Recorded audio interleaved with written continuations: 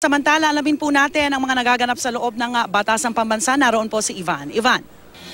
Yes, Rhea, kung dyan sa labas ng Batasan ay well secured na itong magaganap na zona. Dito naman sa loob mismo ng Batasan, kani-kanina lamang po ay namataan natin ang mga miyembro ng Presidential Security Group na maaga nang nagtungo dito sa Batasang Pambansa para suyurin na itong Batasan grounds. Yan, nakikita nyo naman yan.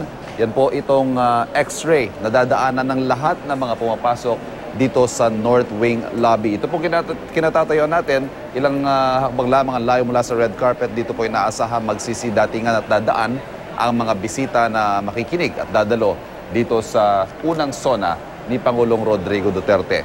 Maliban dyan, wala naman tayong nakikitang movement maliban sa pagdating ng mga staff ng mga kongresista. Maliban po kasi sa zona na gaganapin mamaya pang hapon, ay magbubukas din formal ngayong alas 10 ng umaga ang 17th Congress. Inaasahan po magkakaroon ng pagpili o paghalal ng mga bagong leader ng Kamara mula sa outgoing Speaker na si Sonny Belmonte patungo naman sa incoming House Speaker Pantaleon Alvarez. Dito rin siyempre bubuo ng mga alyansa o yung tinatawag na supermajority na siyang magde-determine more or less na magiging takbo ng, o paglabas ng mga legislation na magbumula dito sa Kamara.